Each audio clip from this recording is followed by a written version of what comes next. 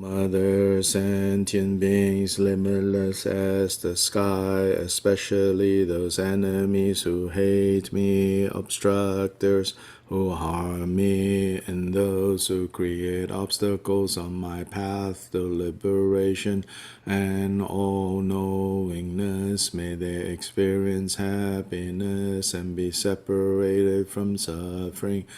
I will quickly establish them in the state of the most perfect and precious Bodhi. O Mother sentient beings, limitless as the sky, especially those enemies who hate me, obstructors who harm me, and those who create obstacles on my path to liberation and all-knowingness. May they experience happiness and be separated from suffering. I will quickly establish them in the state of the most perfect and precious Bodhi. All Mother sentient beings, limitless as the sky, especially those enemies who hate me, obstructors who harm me, and those who create obstacles on my path to liberation and all-knowingness. May they experience happiness and be separated from suffering. I will quickly establish them state of the most perfect and precious Bodhi. Thus, until I achieve Buddha, I engage in virtuous deeds with body, speech, and mind. Until death, I engage in virtuous deeds with body, speech, and mind. From now until this time, tomorrow I engage in virtuous deeds with body, speech, and mind.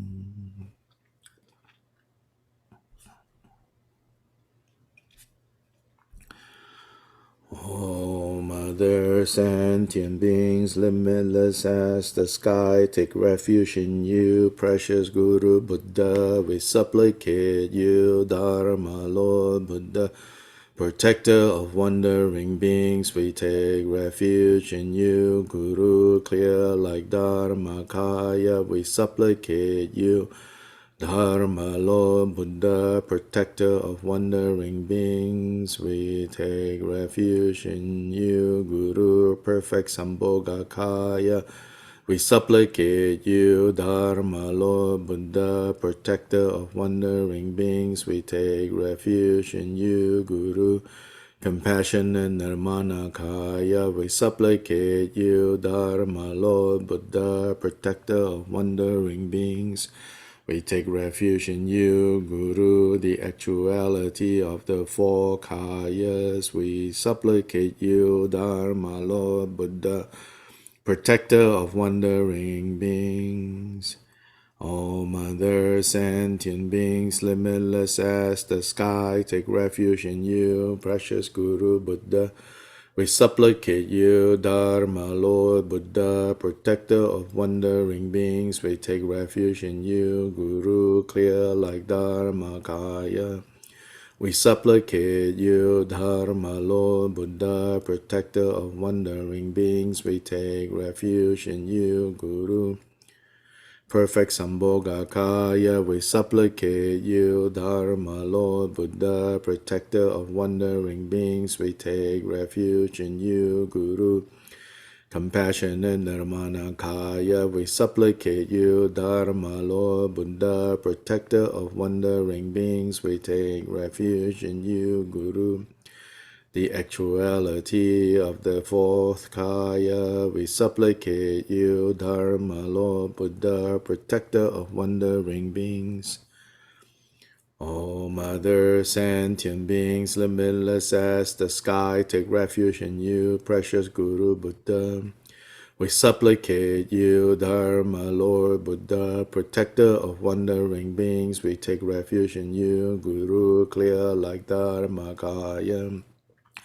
We supplicate you, Dharma, Lord Buddha, protector of wandering beings. We take refuge in you, Guru, perfect Sambhogakaya. We supplicate you, Dharma, Lord Buddha, protector of wandering beings. We take refuge in you, Guru, compassionate Nirmanakaya. We supplicate you, Dharma, Lord Buddha, protector of wandering beings. We take refuge in you, Guru, the actuality of the fourth Kaya. We supplicate you, Dharma, Lord Buddha, protector of wandering beings. May all mothers, sentient beings, limitless as the sky, have happiness and the causes of happiness. May they be liberated from suffering and the causes of suffering. May they never be separated from the happiness that is free from sorrow. May they rest in equanimity, free from the bias of attachment and aversion. May all mothers, sentient beings, limitless as the sky, have happiness and the causes of happiness. May they be liberated from suffering and the causes of suffering. May they never be separated from the happiness that is free from sorrow. May they rest in equanimity, free from the bias of attachment and aversion. May all mothers, sentient beings, limitless as the sky, have happiness and the causes of happiness. May they be liberated from suffering and the causes of suffering. May they never be separated from the happiness that is free from sorrow. May they rest in equanimity, free from the bias of attachment and aversion.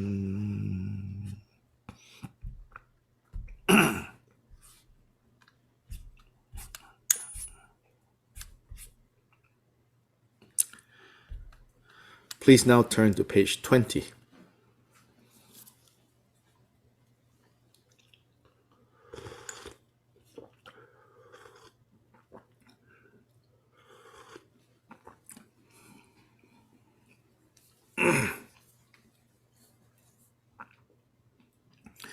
Look upon me from afar with eyes of compassion, reckless and mundane, although I meditate on the rarity of freedoms and endowments. I still squander away my life. Look upon me from afar with eyes of compassion, reckless and mundane, although I meditate on impermanence and death, I still fixate on composite phenomena as permanent. Look upon me from afar with eyes of compassion, reckless and mundane, although I meditate on the unmistaken nature of cause and effect, I still pervert what to adopt and what to abandon. Look upon me from afar with eyes of compassion, reckless and mundane, although I meditate on the sufferings of cyclic existence, I still take the way to the lower realms. Look upon me from afar with eyes of compassion, reckless and mundane, although I safeguard the vows of individual liberation, I still lack renunciation and the determination to be free. Look upon me from afar with eyes of compassion, reckless and mundane, although I meditate on all wandering beings as my parents, I still have bias attachment to friends and aversion for enemies. Look upon me from afar with eyes of compassion, reckless and mundane, although I cultivate loving kindness and compassion, I still hold on to envy and enmity. Look upon me from afar with eyes of compassion, reckless and mundane, although I cultivate aspiration and action bodhicitta. I still focus only on my own welfare. Look upon me from afar with eyes of compassion, reckless and mundane, although I meditate on my body as the deity's exalted form, I still cling to ordinary perception. Look upon me from afar with eyes of compassion, reckless and mundane, although I have counted the mantras to be recited. I still waste away my life force. Look upon me from afar with eyes of compassion, reckless and mundane, although I cultivate the samadhi of moon in the water. I still solidify things as real and substantial. Look upon me from afar with eyes of compassion, reckless and mundane, although I conclude by dissolving in the subsequent stage. I still purify and confess superficially. Look upon me from afar with eyes of compassion, reckless and mundane, although I meditate on my own mind as free from elaborations. I still have conceptual attitudes. Look upon me from afar with eyes of compassion, reckless and mundane, although I cultivate not grasping at whatever arises. I still affix an artificial watchfulness. Look upon me from afar with eyes of compassion, reckless and mundane, although I meditate on resting freely in the natural state. I still amplify artificialities. Look upon me from afar with eyes of compassion, reckless and mundane, although I meditate on unity beyond conceptions. I still get carried away by the masses of likes and dislikes. Look upon me from afar with eyes of compassion, reckless and mundane. I supplicate you, who are my refuge and protector in this and all other lives, physician who removes the chronic diseases of samsara, hero who vanquishes the enemies that are afflictive emotions, sun which dispels the darkness of ignorance, moon that protects from the heat of suffering, jewel which fulfills all our needs and desires. You, Guru, are all-inclusive and all-sufficient. I supplicate you from the depths of my heart with compassion.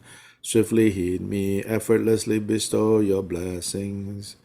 Grant me now and on this seat the naturally accomplished feast of the two benefits.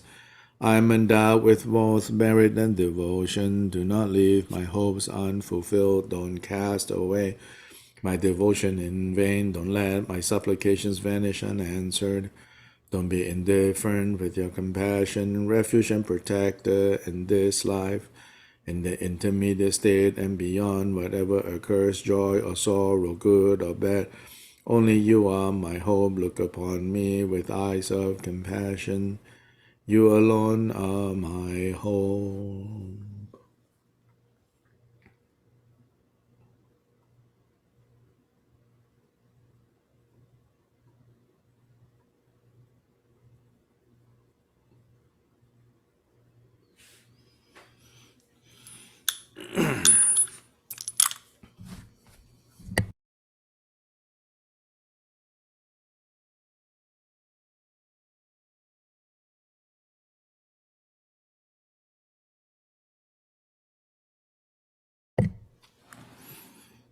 So now we continue with that biography of Kyobpa Jikten Sumgon.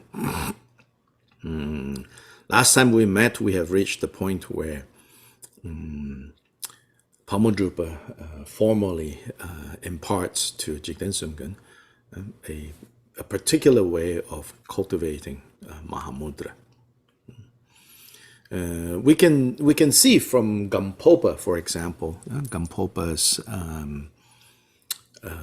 collected teachings, in which there are 4 volumes, sometimes published as a 2-volume set, but so relatively not as large, his Gampopa's collected teachings, compared to, say, Kyobpa Jikten Sumgon, where there are 12 volumes.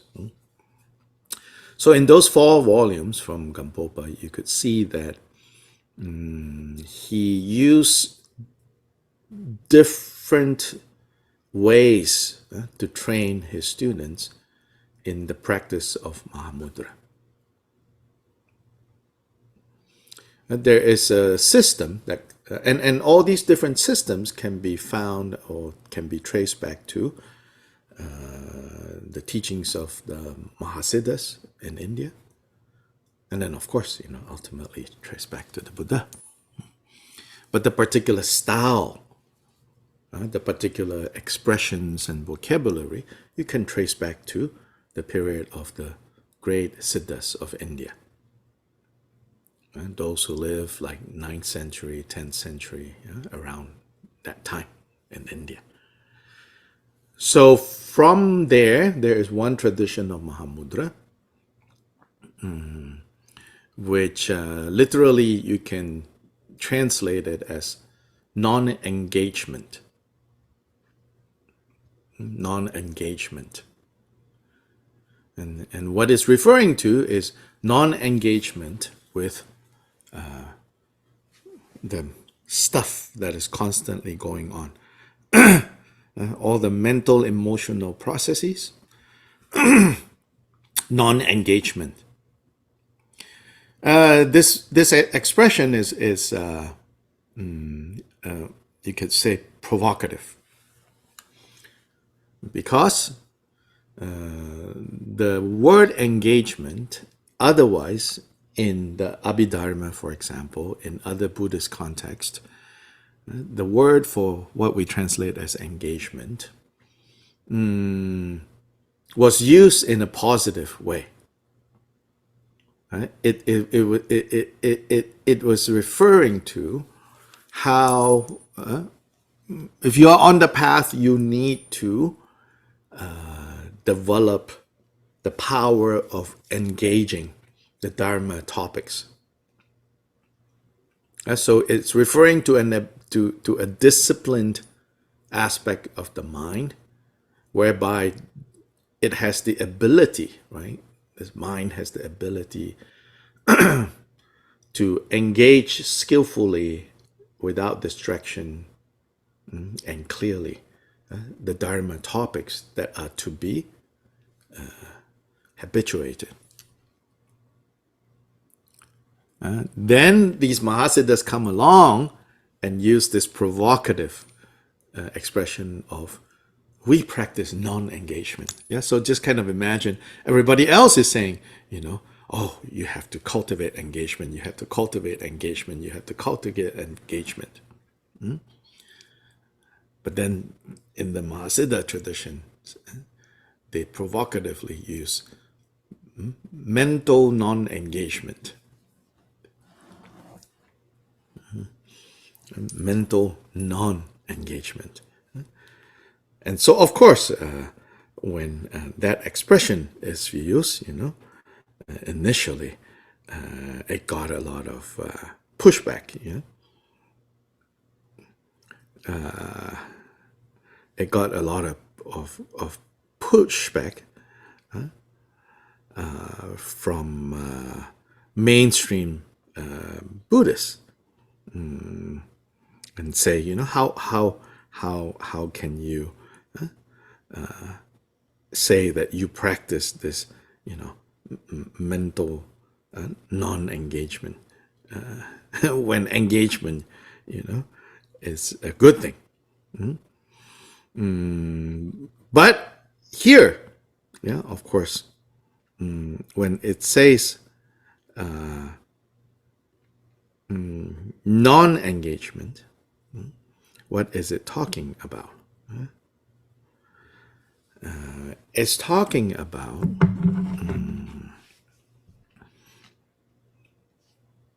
having an understanding or attitude towards our mental, emotional processes in such a way that you naturally don't get dragged around by them anymore.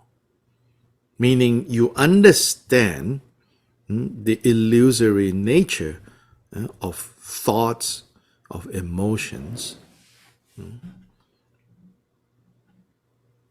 so that you don't chase after them. You also don't let them drag you around. Kind of in a nutshell, right? It's based on that idea, and based on then, from that idea, the training is no matter what thoughts and emotions come, it's not like you zone out, right?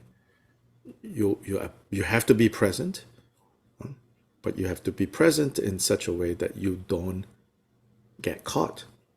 So you don't engage in that sense. You don't get caught. Even with very lofty ideas or feelings.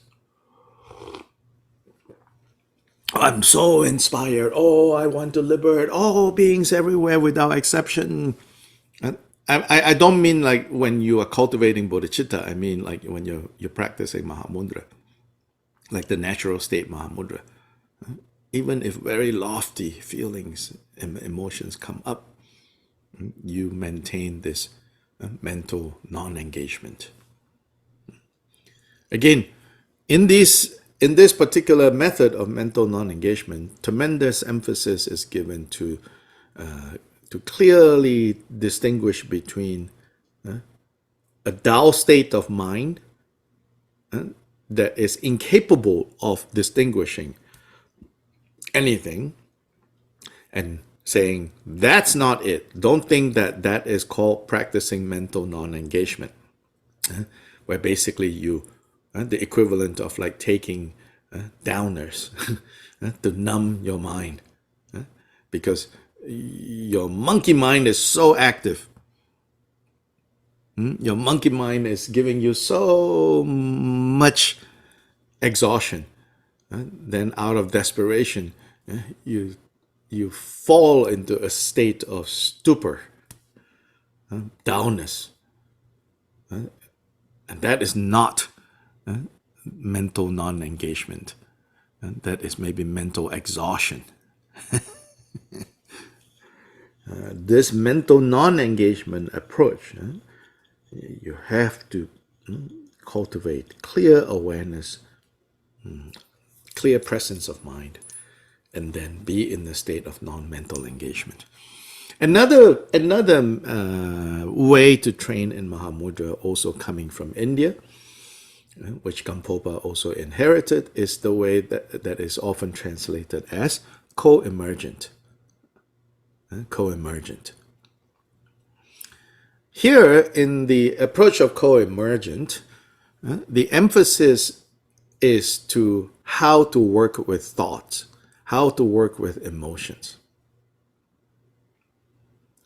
So whereas the first method is completely not engage them, the second one is go look closer at all these thoughts and emotions. So from this second tradition, there is the famous expression from Gampopa that says, the more the conceptual thoughts, the greater the Dharmakaya.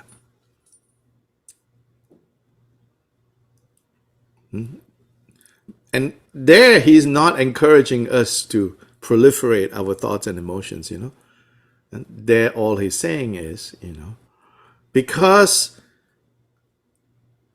confusion and its contents are ultimately none other than a distortion of what is true. Therefore, if you find a great mass of confusion and its, consequences, right? In that very moment, if you know how to view this, if you know how to relate to this discovery, that right now I have a lot of, not in the abstract, but in this moment I can see there's a lot of conceptual thoughts, conceptuality, then in that moment you also have the chance to break through to seeing that in fact these conceptualities, they are a distortion of what is the nature of mind, of what is Dharmakaya.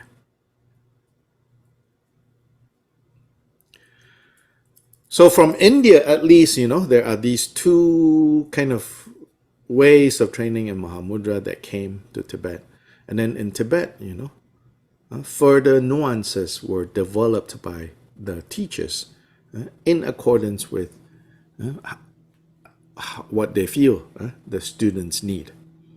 So from Gampopa, he taught, he further kind of developed these two types into different ways of presenting these two types to his various disciples, of which, remember, there were the three men of Kam, right? The first Karmapa, Pakmodrupa, and the third Seltung, Shogum Seltung.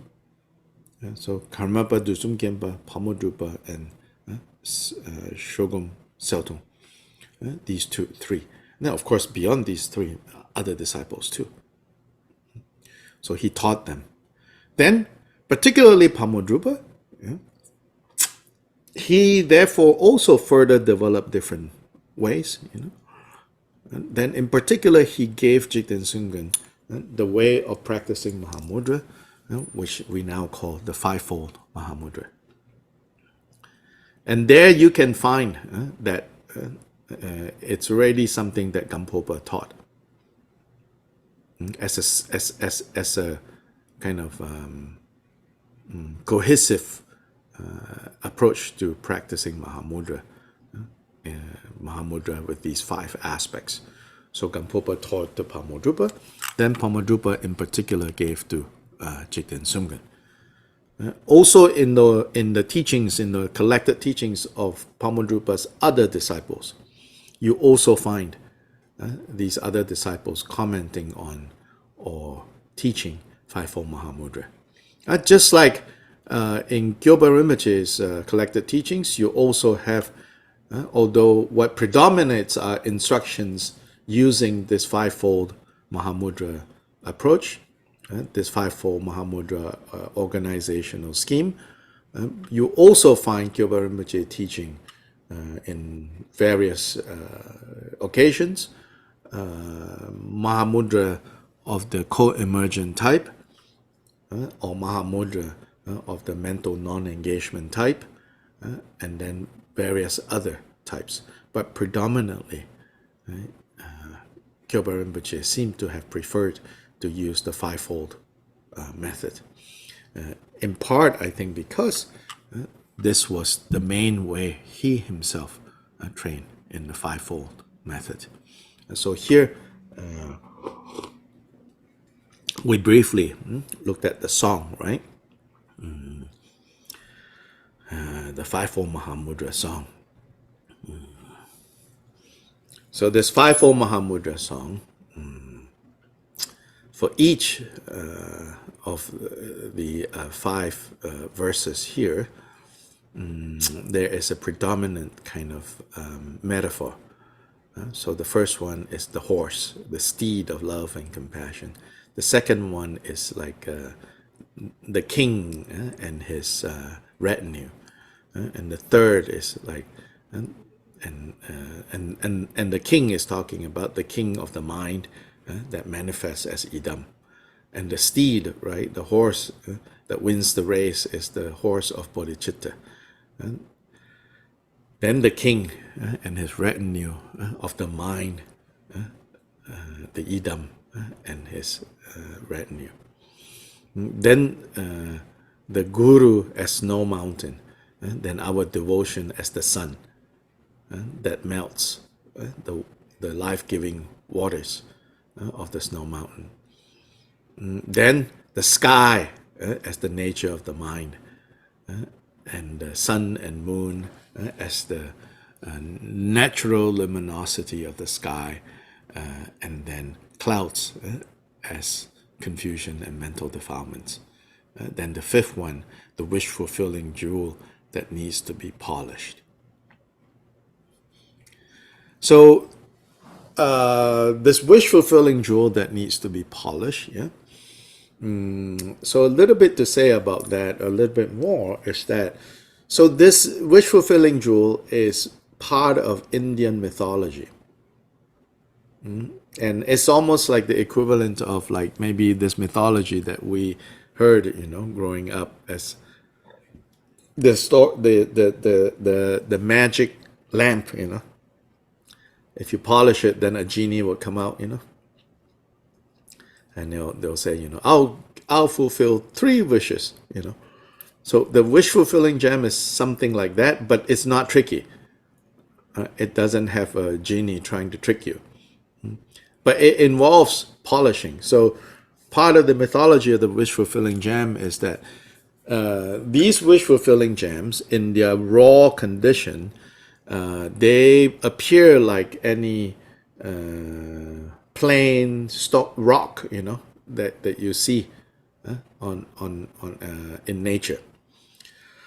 But those who know how to look for these will be able to get you could say, uncut, like a diamond, an uncut wish fulfilling jewel, whereby then this person needs to cut away the impurities, polish it.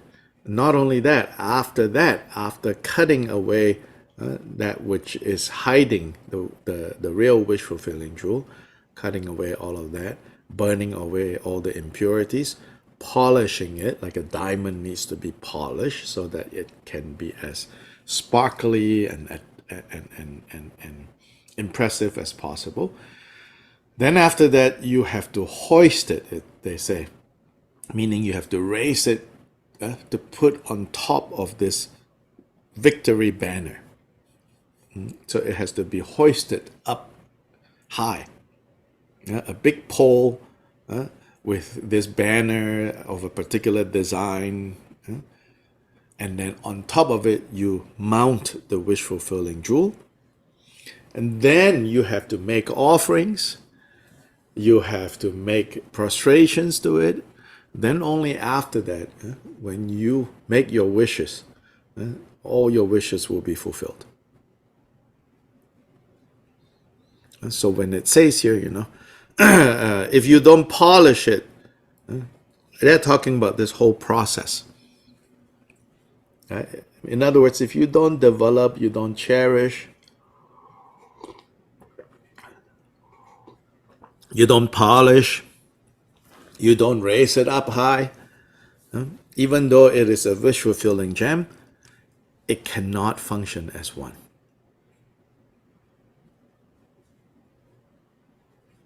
So this is the 5th.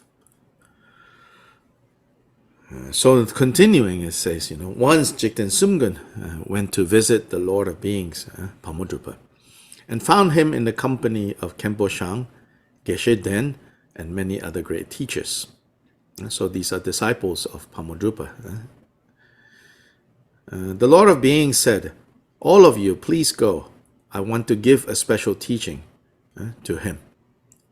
Referring to Jikten Sumgon. So they all left. Then Pakmodrupa told Jikten Sumgon to sit in the center of the room.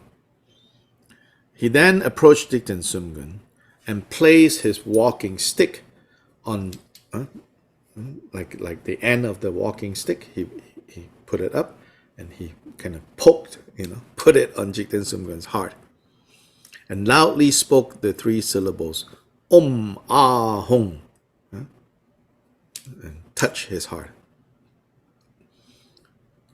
And then he says, you will be. So Om Ah Hung is his way of blessing. You could even say his way of very directly giving empowerment to Jikten Sumgon. And then he pronounced, you will be a great meditator and you will make me very happy. And it said that this made Jikten Sumgon very confident, and it dispelled a lot of his self-doubt. So the funny thing is, right, on the one hand, he was very proud, arrogant. But as always, people that we see who are proud and arrogant usually also have a lot of self-doubt and hesitations. So Pakmodrupa directly just kind of cleared that away from him. After that, Jikten Sumgon didn't care for food, clothes, or fame. So all his insecurities were chased away. And so he spent most of his time secluded in meditation. And even among that community there, they call him the silent cura. Cura is his family identity, the silent cura. You could say it's almost like saying the mute, the mute cura, the silent cura. On another occasion, food offerings of hard brown sugar were distributed to the assembly. So this was a hard-to-get delicacy. So rock sugar, that is brown, were distributed in the assembly because, no sugarcane grows anywhere in Tibet. So it's like imported goods. Back when imported goods were really hard to get, not like today. So these hard brown sugar were distributed to the assembly. Druptop Lingje was late and missed his portion. Druptop Lingje would later on go on to be one of the founders of the Drukpa Kagyu lineage. Lingrepa, Lingje Repa. So Lingrepa was late and missed his share, But he brought a cup made from the skull of a Dakini, in other words, a skull cup that he had obtained, and went to everyone to get some of this brown sugar and receive small amounts of food from everyone there. And it's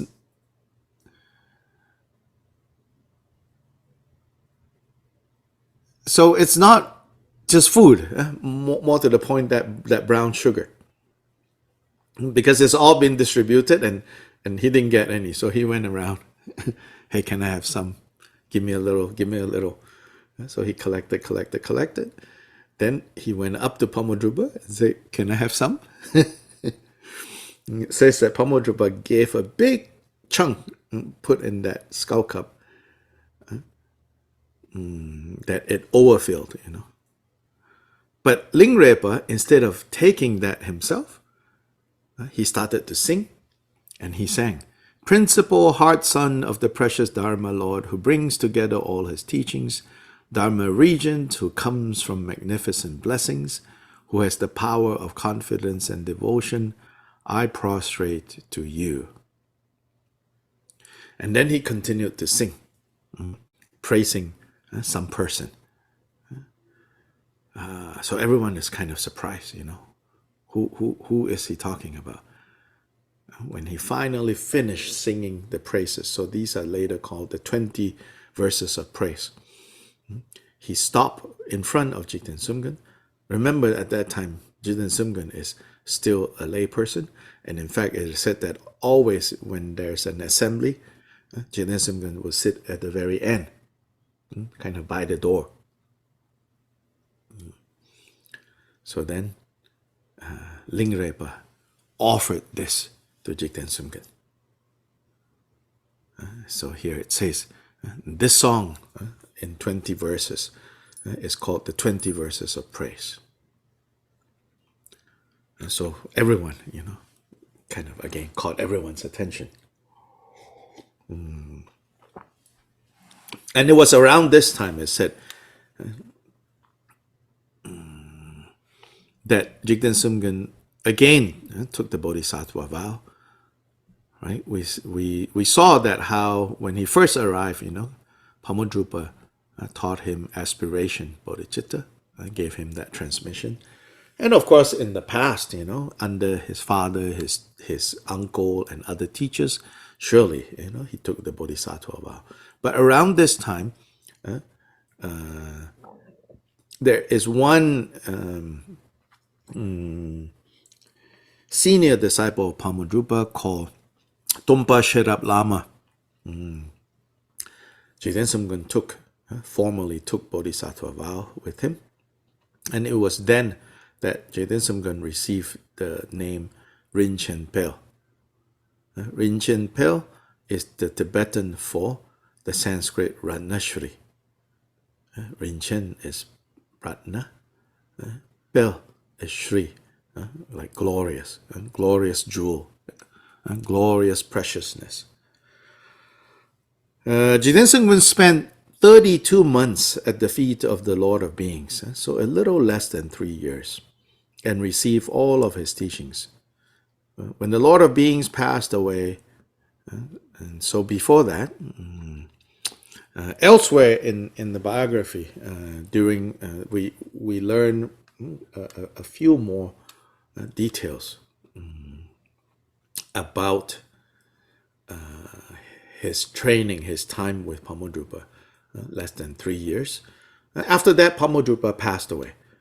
It's not that Jigten Sumgon left, but Pakmodrupa passed away after Jigten Sumgon spent about 32 months there. So it's said that another time, to elaborate a little, you remember that time when Jigten Sumgon received after three special occasions when Pakmodrupa introduced the nature of mind to Jigten Sumgon. And at the third one, Jigten Sumgon had a very profound experience of emptiness, of the nature of the mind and all of that. And then Jigten Sumgon thought, that's it, I have arrived. I can see the illusory nature of all phenomena, of all things, right? And then only to have Pakmodrupa said to him, not yet. Yes, this is a good development, but if you think, this is what it means to be awake, to be enlightened, then you're wrong. You have to keep going. So what was missing, and we learn later on, what was still missing was the power of all-knowingness. So although Jigten Sumgon achieved seeing the true nature of phenomena, the true nature of the mind, nonetheless, the power of all-knowingness has not yet been achieved.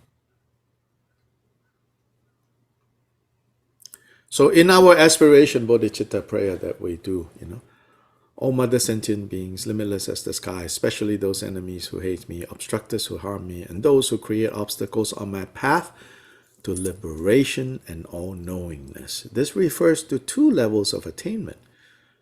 So you could say that Jigten Sumgon achieved liberation by realizing nature of mind in a deep way. And there is a preliminary realizing nature of mind or seeing nature of mind when the Guru introduces that to you, facilitates your kind of catching a glimpse of that.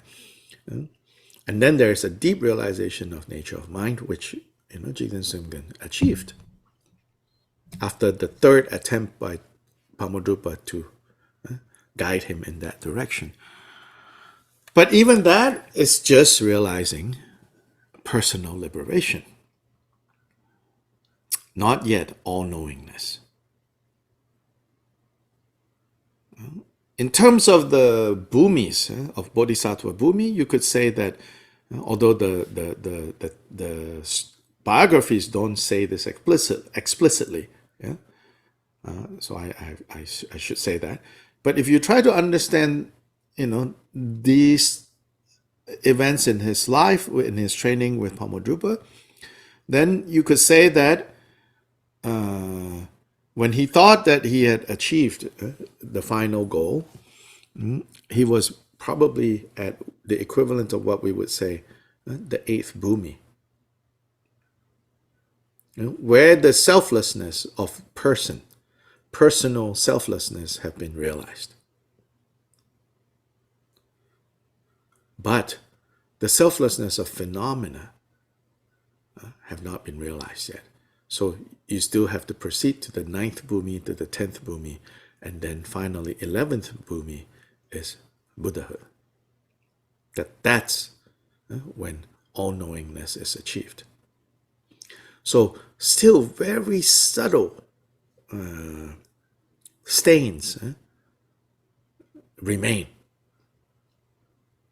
So subtle that you and I have no appreciation, no recognition, no appreciation for how subtle these stains are. But nonetheless, as subtle as they are still stains. And then when there are stains, when there are obscurations, all-knowingness cannot be achieved. You're still prevented from all-knowingness. So we learn from this early biography that Jikten Sumgon later, he said, then after being told by Pakmodrupa, not yet, then Kyobpa Rinpoche noticed, up until that point, Pakmodrupa publicly, privately, once Jikten Sumgon arrived, publicly or privately, Pakmodrupa was giving teachings based on, it said, if I remember correctly, based on this one sutra called Avatamsaka Sutra. The Avatamsaka Sutra, especially in East Asian Buddhism, Korea, China, especially Vietnam, highly prized, so much so that in East Asia it's called the king of all sutras. And there, the nature of phenomena, nature of mind, the non-dual state of all phenomena of samsara and nirvana, such topics are taught in the Avatamsaka. Included in the Avatamsaka is the bodhisattva path. So you could see, right? That then led to Jikten Sumgon achieving what you could say the 8th Bhumi, based on those teachings. Then Jikten Sumgon noticed, after Pakmodrupa said to him, no, not yet, Pakmodrupa stopped teaching from the Avatamsaka and started to teach the Jataka Tales. The Jataka Tales are the tales or stories of the past lives of the Buddha.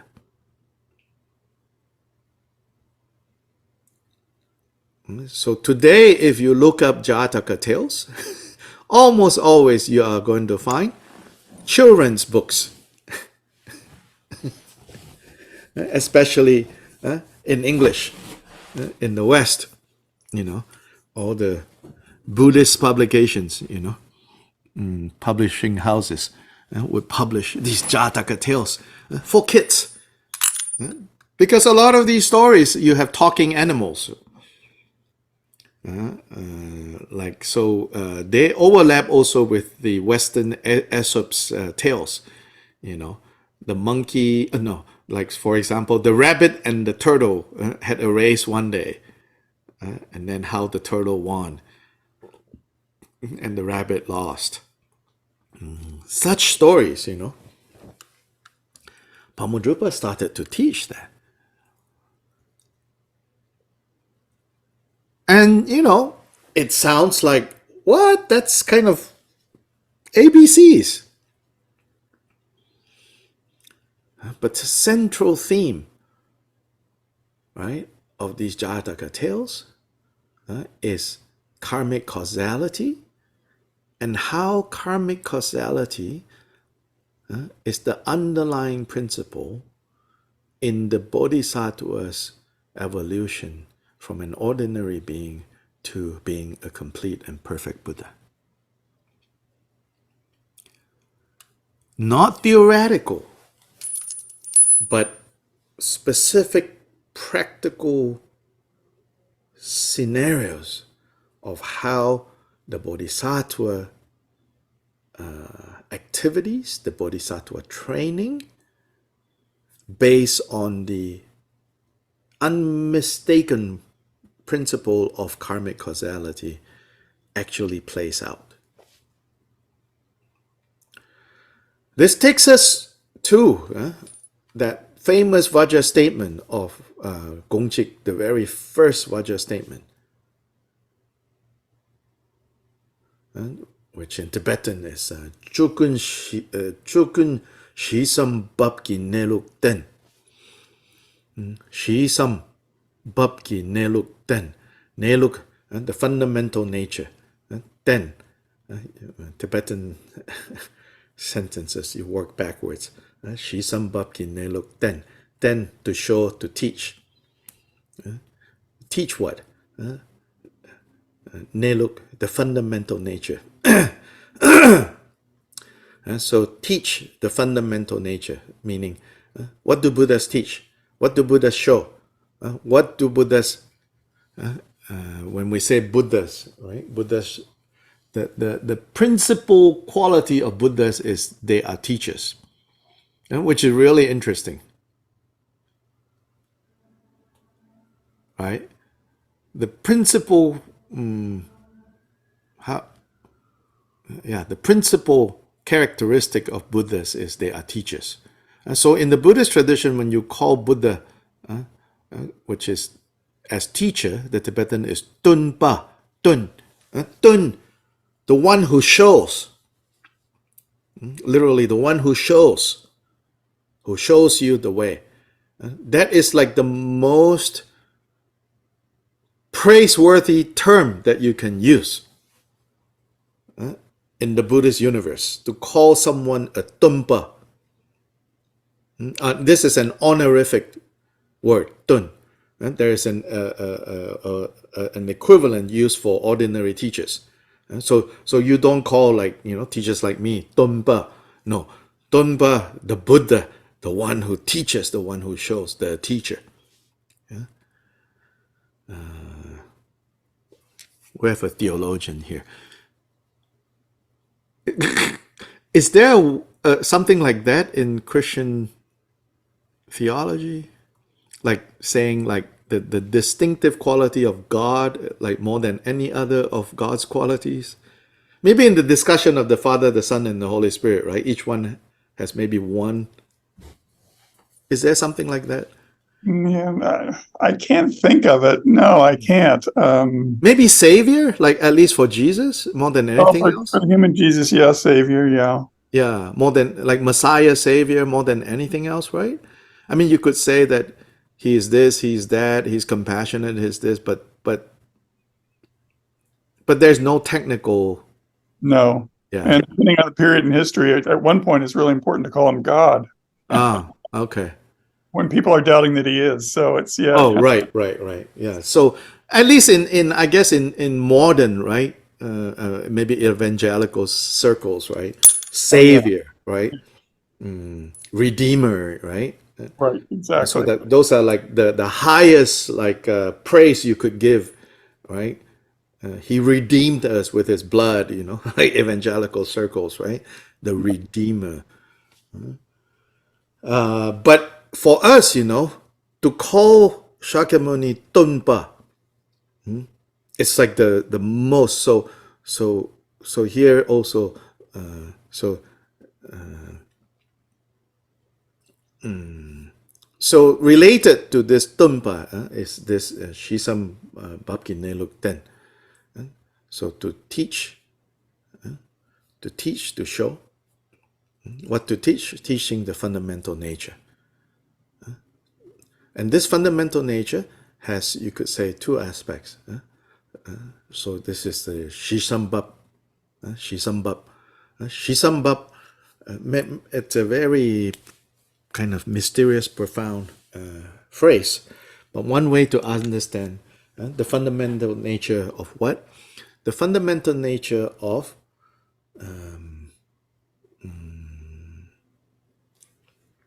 reality and how it unfolds, how it plays out.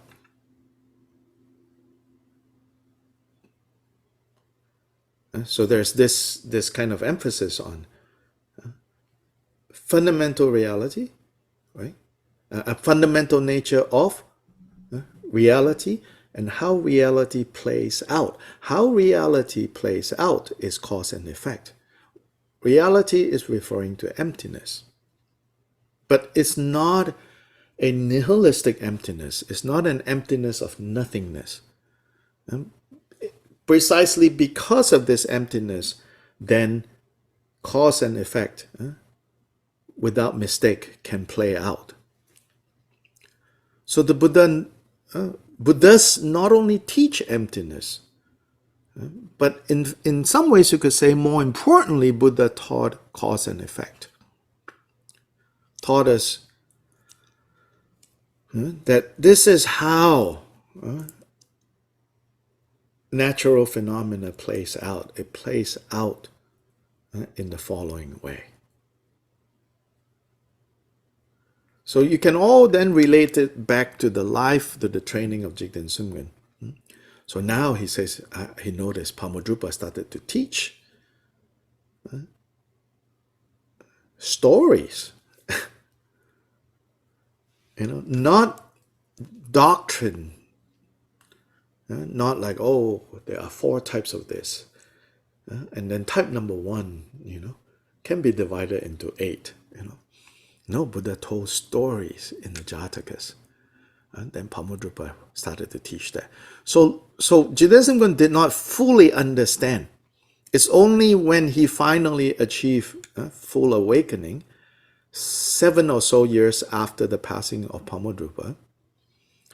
After Pakmodrupa passed away, Jikten Sumgon entered into retreat for 7 years, basically, with some breaks in between because he was having some really difficult parts during the retreat, illness that came up, and all kinds of obstacles. So from time to time, he left solitary retreat to seek guidance from Pakmodrupa's senior disciples, and then he would come back and continue retreat. But anyway, 7 years later, when he achieved full awakening, then he looked back and he understood why in the last year, basically the last year he spent with Pakmodrupa, and the last year of Pakmodrupa's life, it is said that Pakmodrupa mostly taught the Jatakas, the Jataka Tales.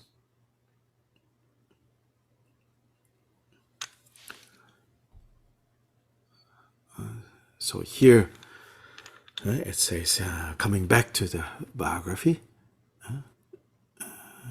when Pakmodrupa passed away, a 5-pronged golden vajra emanated from his heart and dissolved into the heart of Jikten Sumgon.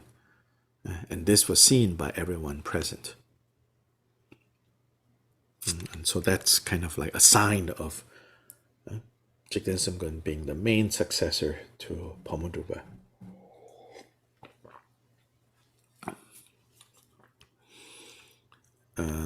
After the Lord of Beings passed away, Jikten Sumgon went to Un, this one place. So this is the start of his retreat, where he lived with a teacher named Lopon Tsilongpa. From him, he received the teachings of Vajrayogini. So remember, he already received Vajrayogini transmission empowerments from an earlier teacher. So this is a good example for us to see, even someone like Kyobpa, even after meeting the root Lama, he have to continue to seek help from different teachers. Lopon Tsilongpa was also one of Pakmodrupa's senior disciples. So not just some random person. From Dakpo Gomshul, he received the 4 yogas of Mahamudra. So the system of 4 yogas of Mahamudra is yet another way to train in Mahamudra. Dakpo Gomshu was, I think, nephew of Gampopa. So a very senior Kagyu Guru, Kagyu Lama of that time. So Jikten Sumgon went to him to receive the 4 yogas of Mahamudra. And so then he became completely engaged in practice. At that time, Lama Yel invited him to practice at this cave called Echung Cave, Echung Pup, Echung Cave. And so he went into retreat there for 7 years. So that began 7 years of intensive practice. During that time, at a certain point, right, in those 7 years, he recognized that the cause of wandering in samsara is one's inability to direct the winds into the central channel. And so he concentrated his efforts on this practice. So this is what's sometimes known as the path of methods. This is part of 6 yogas Naropa, or 6 dharmas of Naropa training. So for a while he practiced this. And then the 7 Taras appeared in a vision, holding Utpala flowers, and gave him very vast and profound teachings. And at that point, Jikten Sumgon composed impromptu this praise to the 7 Taras. So a very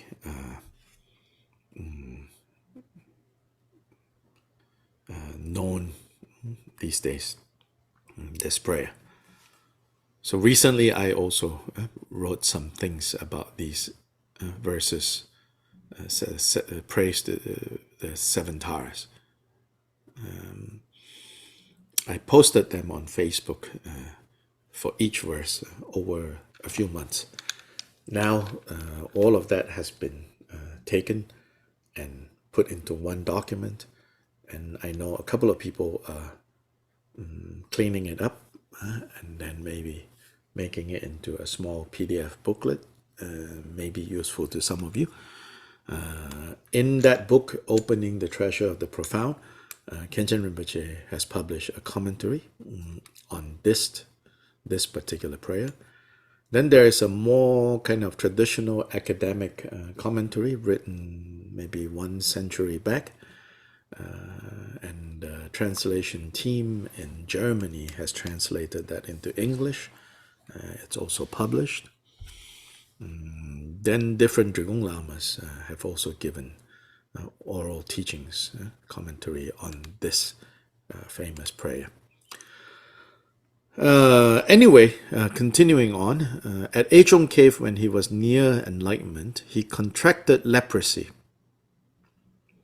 And so this is said to be a sign of the final exhaustion of his negative karma.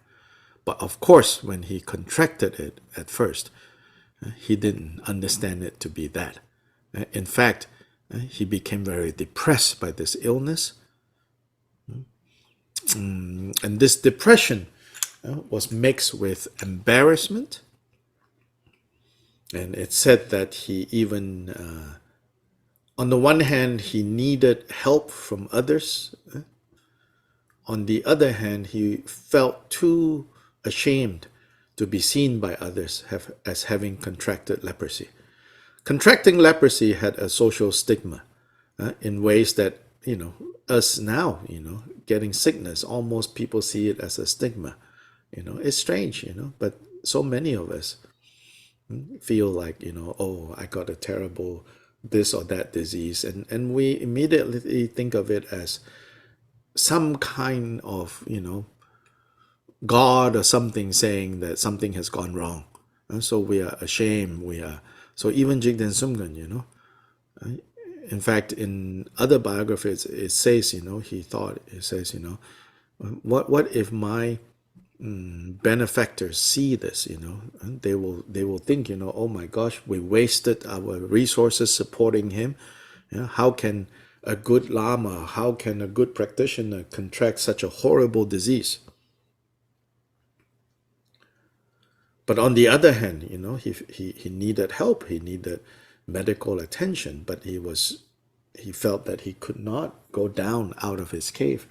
So he hid the fact that he contracted leprosy. And he became very depressed.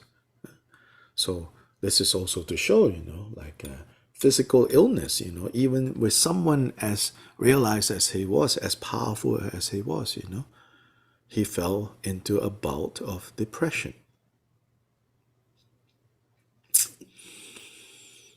But at a certain point, he was able to turn around so that his own miserable state became like a key to unlock immeasurable compassion in his heart. Then, rather than dwelling on his own welfare, getting caught up in his own unhappiness, disappointment, embarrassment, depression, out comes this immeasurable compassion for all beings.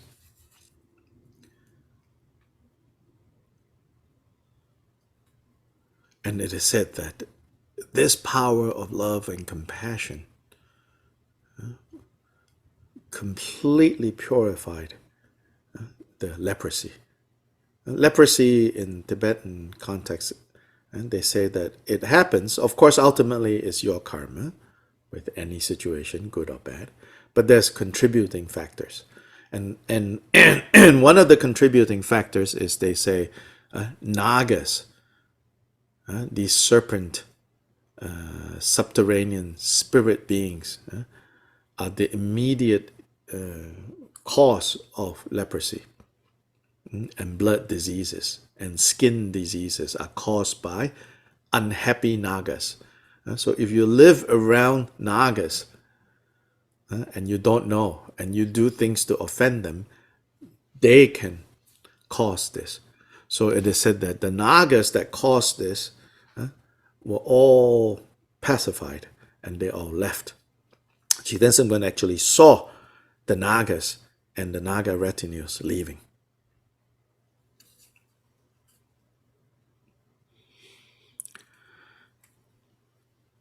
Then leprosy left, and after that, the very last stains to be purified also left, so to say, also purified.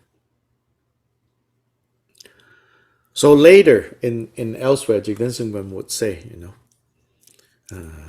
during those 7 years when things got very difficult, he thought, oh, maybe I need to practice this. Oh, maybe I need to practice that. In one teaching we translated, it says he even thought, even like Guru Yoga, it says he was hoping, like, maybe if I increase my Guru Yoga practice, I can make the breakthrough. And then he said, and then it also did not help. Then this thing about, the winds entering the central channel. In fact, he said, in this one teaching later in life, he said, and I thought maybe that's what I needed to do, but in the end, that's also not enough. He's not saying that all these different teachings that he tried did not work per se. More, he's saying, but not enough. But not enough.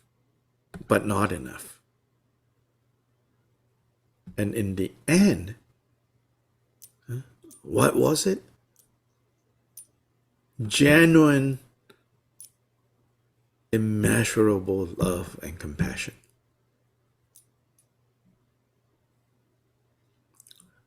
In his, he gave 3, or at least 3 sets of teachings on cultivating metta, maitri. There are 3 titles in his collected teachings called the brief, the middling, and the extensive instructions on cultivating maitri or metta, loving kindness. And in those teachings, he really emphasized, he said, for me, the final straw that broke the delusion, so to say, the final straw that broke delusion for me was this immeasurable love and compassion for all beings.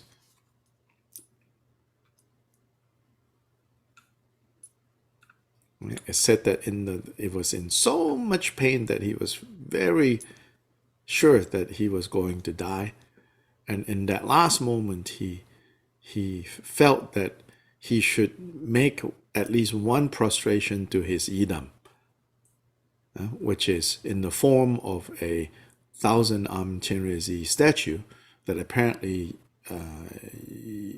Pakmodrupa gave him. It was owned by Pakmodrupa. And so Pakmodrupa has blessed that statue many, many times.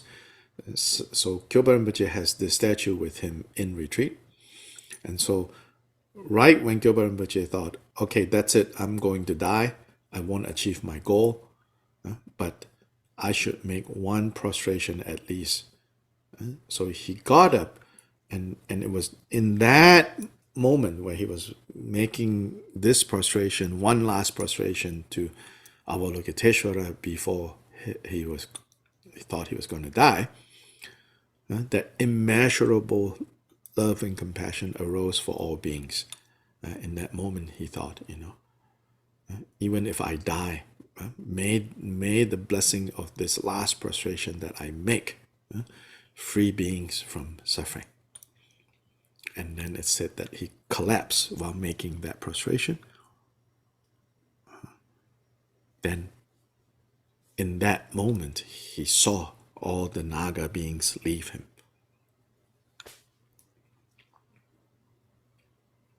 Then the next song, he sang. So today we won't look at that song, but you can read that, So this song later is called Driving Away Leprosy. So then he says, here, Kyobpa Rinpoche, Holiness wrote this biography. It says, Jikten Sumgon accomplished the major and minor marks of a Buddha. The Ushnisha appeared on the top of his head, and he attained the state of Vajradhara.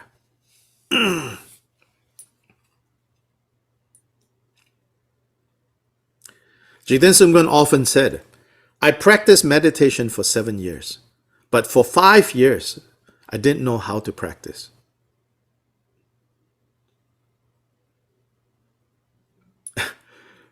His I didn't know how to practice, it's not like our I don't know how to practice, okay? It's saying he did all kinds of profound, advanced practices for those 5 years.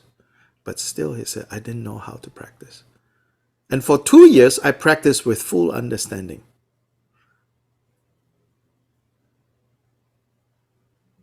Achieving this much realization. So if you practice for some years, through the power of taming your mind, you can go either to a pure Buddha field or to a higher realm. I realized that all things depend on cause and effect. Ultimately, all causes and effects appear from emptiness. And this is my special realization. So the Shisambab,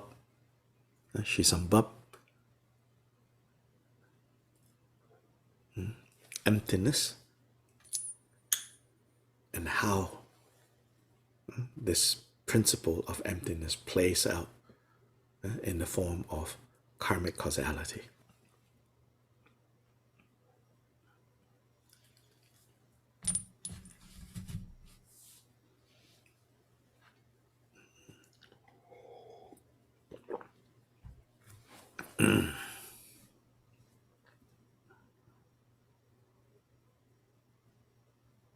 Questions?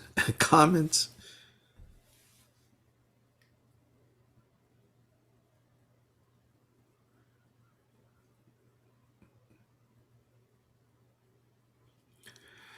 So this enlightenment song, driving away leprosy, is actually very important. So far, I have not seen anyone teaching this. Maybe we'll request His Holiness to give some instructions, some comments on this.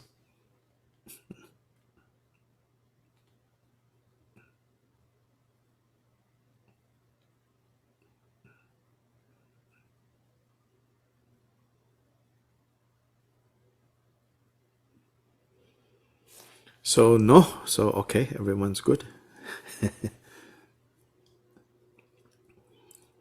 So next week we'll look at this song a little bit, yeah.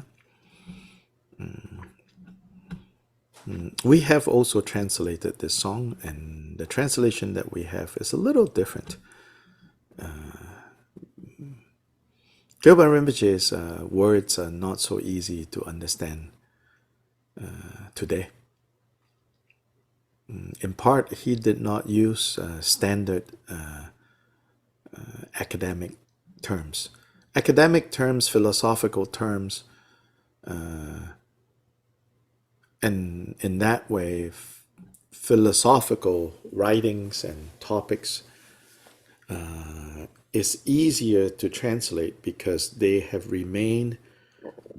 There is a certain consistency to how these words and technical terms were used throughout the last 1,000 years. So in some ways, it's easier to translate standard philosophical texts composed using technical terms, because these terms, these expressions have remained fairly constant. And if not constant, you can trace the development of certain terms and how they are used by certain groups in the last 1,000 years. But because Jikten Sumgon often did not use these terms, and instead, would use colloquial expressions, and the nature of colloquial expressions is, over time, even the people around that area stopped using some of these expressions. So now today, when translators look at his material in the 12 volumes, often it's kind of hard to exactly get, what is being said. Now, having said that, I think we should also not fixate too much on words, because I don't think Jikten Sumgon would agree. In a way, you cannot, try to decipher his teachings the way you would cut up philosophically some text. Because the nature of these teachings were they were not given to be scrutinized under this kind of analysis, So I think also sometimes we do a disservice if we try to subject, such Vajra songs to the kinds of analysis that they do to philosophical texts. But I think this happens a lot,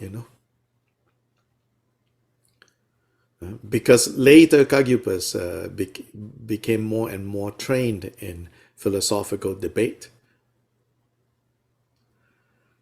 Then you see how these who are trained in the philosophical and the debate tradition, they then try to comment on these impromptu teachings, and subject these impromptu teachings to the rigid structures.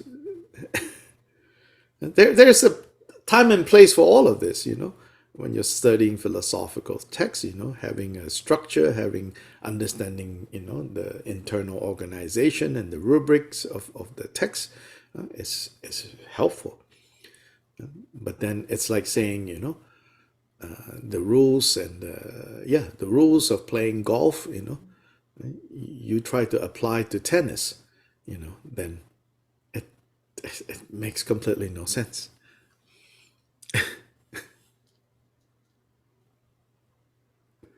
Anyway, just my random blah blah blah. Yes, Omar, go ahead.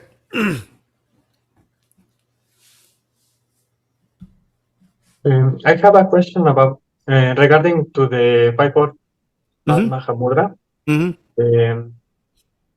said that we have these two approaches. One of the mahasiddhas to no engagement, and the other one from Gampopa that says both these come from the mahasiddhas. Gampopa inherited both these traditions and more. Okay, I see. Yeah. My question is, in the Fivefold Path Mahamudra, how should we approach or engage with So the Gampopa? both of these are present in the natural state mahamudra training. Okay. Yeah, and more, meaning the other 4 elements. Yeah. Okay. Thank you. Because the mental non-engagement style and the co-emergent style, they don't often have the emphasis on bodhicitta, yidam, guru yoga, and dedication. In the mahasiddha traditions, when they teach either co-emergent or mental non-engagement, it pertains to the 4th of the 5-fold mahamudra. So in the 5-fold mahamudra, the 4th element, which is the natural state mahamudra, in there, I would say both the mental non-engagement, co-emergence, you can see in there, but it's not directly either of those 2 purely. Yeah, it's another kind of approach, but you can see the principles of both of these in this.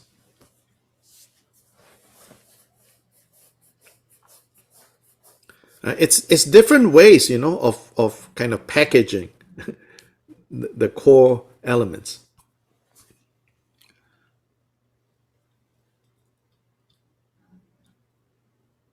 And then Gamakagyu, they have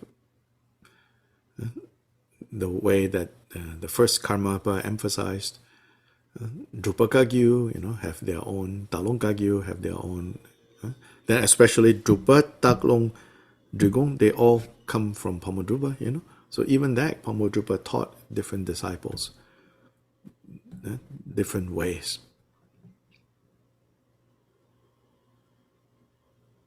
of cultivating mahamudra.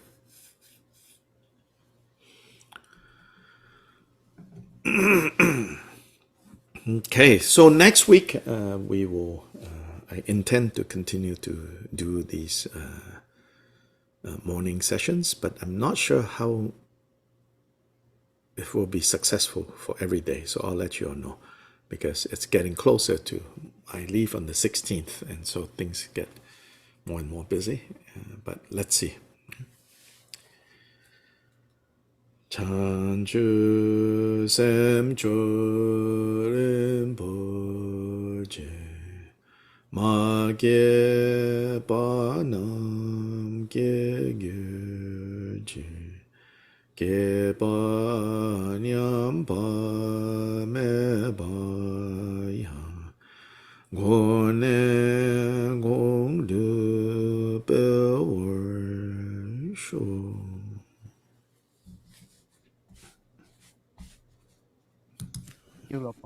Goodbye, everyone. Have a good week. Thank you, Dr. Lai. Yeah.